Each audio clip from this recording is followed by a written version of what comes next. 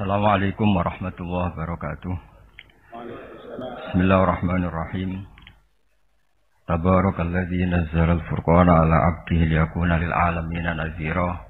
Allahumma shalli wa sallim wa barik ala sayyidina Maulana Muhammadin wa ala alihi wa sahbihi ajmain amma ba'du. Yang sangat saya hormati Kiai Haji Syukron Makmun selaku sesepuh NU juga sebagai pengasuh Pondok Pesantren Darul Rahman. Yang saya hormati Rais Am NU Kiai Haji Miftahul Ahyar, Ketua Umum PBNU Kiai Haji Yahya Khalil Stakuf, Bapak Menteri Bappenas Bapak Haji Suharto Monarfa, dan beberapa habib semua yang raweh yang saya hormati. Ada Habib Hutal Atas, ada Habib Ali bin Abdurrahman Al-Habsyi, ada Habib Nabil, semuanya yang saya hormati, Sekjen NU dan semua jajarannya yang saya hormati, Katib dan semua yang saya hormati. Alhamdulillah, tadi Kiai Haji Syukron Makmun yang juga teman bapak saya masih ingat beliau ketika rawuh di Rembang di rumah bapak saya. Saya mohon maaf gak bisa datang, memang mungkin sebaiknya tidak datang karena memang saya masih ngaji pasanan, ngaji kilatan, ngaji. Saya sering cerita ke orang-orang, kalau ada rapat ketahanan pangan itu yang rapat ya baik karena ngatur ketahanan pangan. Tapi yang nggak rapat nanam padi itu juga baik karena itu yang real mempertahankan pangan. Jadi kalau semuanya rapat, yang nanam padi siapa? Kalau yang semuanya nanam padi, yang koordinasi supaya dikirim kemana, diatur bagaimana, itu butuh rapat. Tapi real kebutuhan padi itu butuh penanam. Ini yang saya kagum dari pengurus PBNU. Jadi ada beberapa kiai itu yang nggak pati rapat di kantor seperti saya. Tapi saya ini selalu mengajarkan kitab risalahnya Basim Asyari tentang ahli sunnah wal jamaah. Sehingga anggap saja saya ini nanam padi tapi tidak ikut rapat ketahanan pangan. Dan itu harus dianggap lazim saja dalam perbedaan-perbedaan itu. Saya meneruskan cerita ilmu usul fikih yang diceritakan Gus Yahya, juga tadi diperjelas oleh Kiai Haji Syukron Makmun. Usul fikih itu satu disiplin ilmu yang penting sekali untuk menganalisis teks. Kenapa itu penting sekali? Karena beberapa teks itu jelas berbahasa Arab. Dan bahasa Arab itu ya umumnya bahasa, ada ruang dan waktu.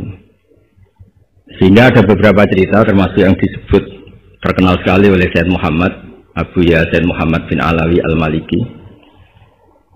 Jika semua bid'ah itu jelek hanya karena Rasulullah tidak mengajarkan atau belum mengajarkan, maka cerita seperti ini enggak terjadi.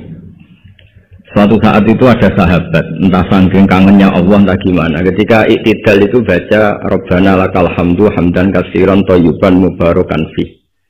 Itu tidak lazim karena selama ini Nabi mengajarkan Rabbana lakal hamdu mil as-samawati wa mil al-ardi wa mil ma syi'ta min syai'in ba'du. Atau yang terkenal dibaca Rafa, Rabbana lakal hamdu mil as-samawati wa mil al-ardi wa mil ma syi'ta min syai'in ba'du. Lalu karena itu enggak lazim, setelah sholat Nabi tanya, ayyukumul qail, dari kalian semua ini yang melafadzkan kalimat itu siapa? Semuanya diam. Karena takut disalahkan Rasulullah sallallahu alaihi wasallam.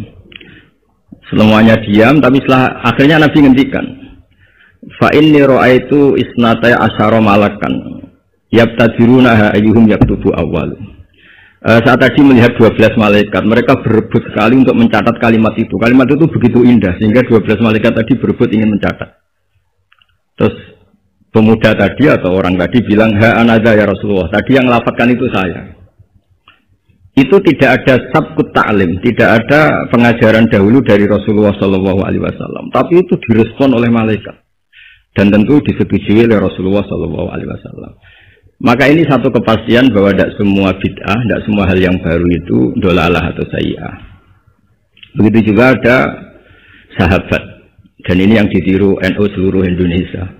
Itu kalau ngimami itu, padahal ini didelegasikan di satu perkampungan oleh Rasulullah. Kalau ngimami itu kulhu terus, selalu baca kulhu, kulhuwallahu ahad. Akhirnya dikomplain sama makmumnya karena ya kok kulhu terus gitu, kan tidak keren. Apalagi trennya sekarang nyari imam itu kan hafid. Ketika dilaporkan Rasulullah bahwa yang kau tugaskan ini ya Rasulullah selalu baca kulhu. Tapi Rasulullah itu karena orang bijak mengkonfirmasi dulu, kenapa anda baca kulhu terus? Kata orang tadi, li'annaha sifatur rahman. Artinya ayat-ayat dalam kulhu itu sifat Allah. Maka saya suka.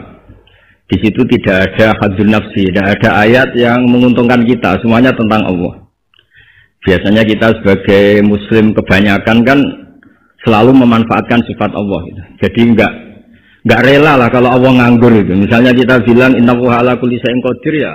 Kalau engkau qadir ya jadikan saya bupati, wakil presiden atau gubernur gitu. Kalau Allah mujib ya kabulkan saya ingin jadi orang kaya kan Allah itu enggak boleh lah. Sifatnya nganggur itu enggak boleh. Mesti perasaan manusia itu gitu. Nah, di kulhu itu tidak ada itu semua, hanya nerangkan sifat Allah Ta'ala yang nafsaniyah, yang tentang Allah. Apa jawabannya Nabi? Kata Nabi, barusan malaikat Jibril datang ke saya memberitahu bahwa Allah mencintai kamu karena kamu mencintai surat Ikhlas, surat Kulhu. Itu artinya apa? Juga tidak ada sabkut taklim. Bahkan terkonfirmasi dulu. Nabi mengiyakan setelah tanya. Nyatanya itu dibenarkan. Jadi ada sekian bukti bahwa ubudiyah atau ibadah atau perilaku sosial yang tidak ada sabkut taklim, tapi kemudian Nabi membenarkan. Cerita ketiga, saya ini keluar dari yang saya bayangkan itu kan ya cerita-cerita nuzulul Quran, tapi sebagai adaban sama Kiai Haji Syukron Makmun yang cerita usul fikih saya teruskan. Memang tadi Gus Yahya juga cerita sanad. Saya ngaji di Kiai Haji Maimun Zubair dan bapak saya seorang hafidz juga ajar. Kiai Maimun itu putra Mbah Zubair. Mbah Zubair itu dulu pakar usul fikih. Beliau dulu ngaji sama Mbah Fakih Mas Kumambang, dulu wakil Rais Akbar. Kiai Fakih Mas Kumambang ini angkatannya Mbah Hasyim ketika ngaji di Sayyid Abi Bakar Sato. Ngaji Syekh Mahfud dulu, Syekh Mahfud Termas. Syekh Mahfud Termas ini ngaji sama Sayyid Abi Bakar Sato. Sayyid Abi Bakar Sato ngaji sama Sayyid Zaini Tahlan sampai Syekh Utsman Ad-Dimyati sampai musalsal ila Rasulillah sallallahu alaihi wasallam. Sehingga ketika Pak Syukron Makmun cerita usul fikih, saya terus menjadi ingat ketika ngaji Jamul Jawame, ngaji Lubul Usul, beberapa kitab yang menjadi keharusan untuk meneliti teks-teks Quran hadis. Cerita ketiga, dan ini terakhir karena apa ya, selain materi saya juga nggak yang saya bayangkan ya, memang saya tidak bisa datang ke sana. Ketika Rasulullah SAW cerita, saya melihat surga, kemudian dengar derap sandal itu. Sandal klompen itu. Terus Nabi tanya, ini sandal siapa kok sudah di surga, suara siapa? Dijawab itu suara Bilal. Walhasil terus Bilal ditanya, kenapa engkau begitu cepat masuk surga? Apa resep kamu? Saya tidak pernah wudhu kecuali setelah itu saya sholat. Akhirnya jadilah syariat sunat rokaatil wudhu. Ada sholat sunat disebut sunat rokaatil wudhu. Dan lagi-lagi dibenarkan oleh Rasulullah SAW. Sehingga cerita-cerita seperti ini mengilhami semua kreasi-kreasi ibadah yang tidak mahdoh dan tidak merubah pakem dari kaidah yang disebut Rasulullah SAW. Maka itu disebut bid'ah hasanah.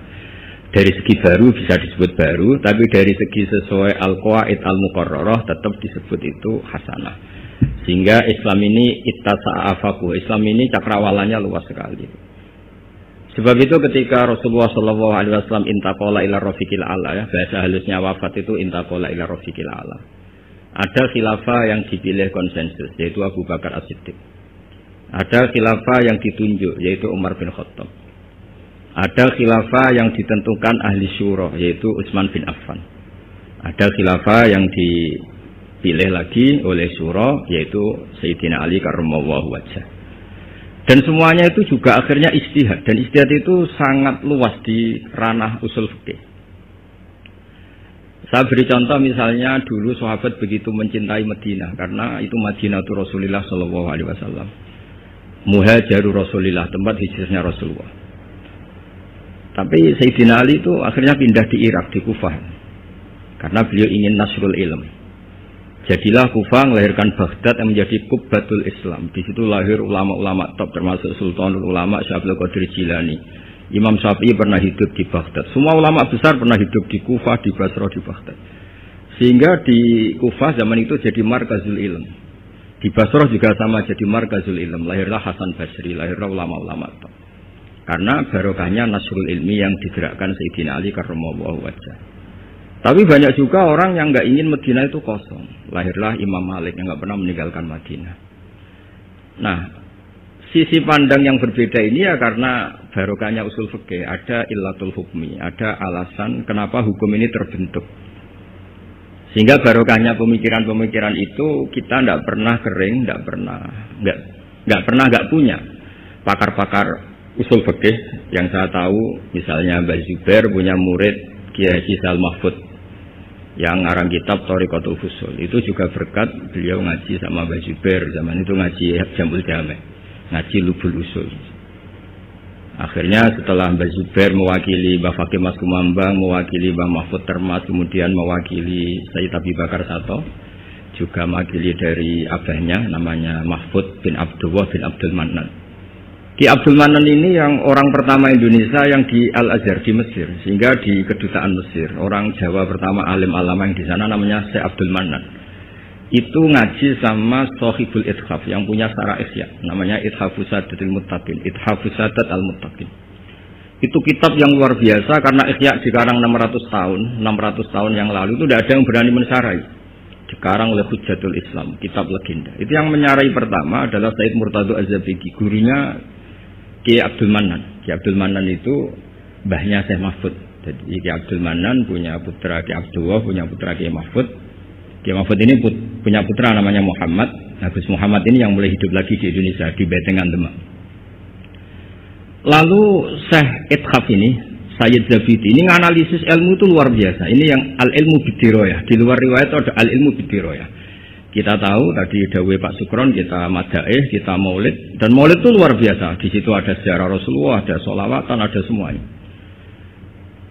Dan ketika kita pakai ilmu diroyah, kualitas sholawat ini luar biasa. Bukan sekedar biasa, luar biasa.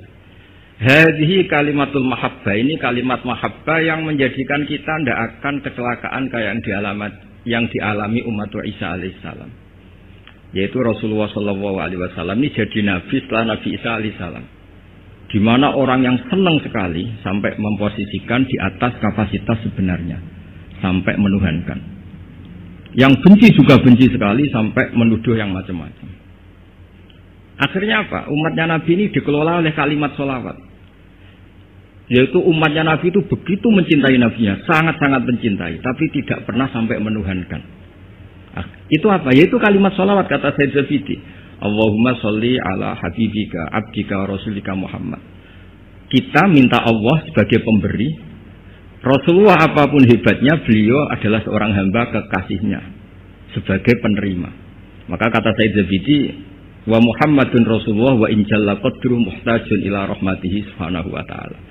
Apapun hebatnya Rasulullah sallallahu alaihi wasallam, beliau tetap seorang hamba yang butuh rahmatnya Allah Ta'ala. Sehingga hadil kalimah ini kalimah yang memantapkan umat Islam tetap memposisikan la ilaha illallah sebagai Tuhan, Muhammad Rasulullah sebagai yang paling dikasih Tuhan, yaitu dikasih Allah Subhanahu wa taala.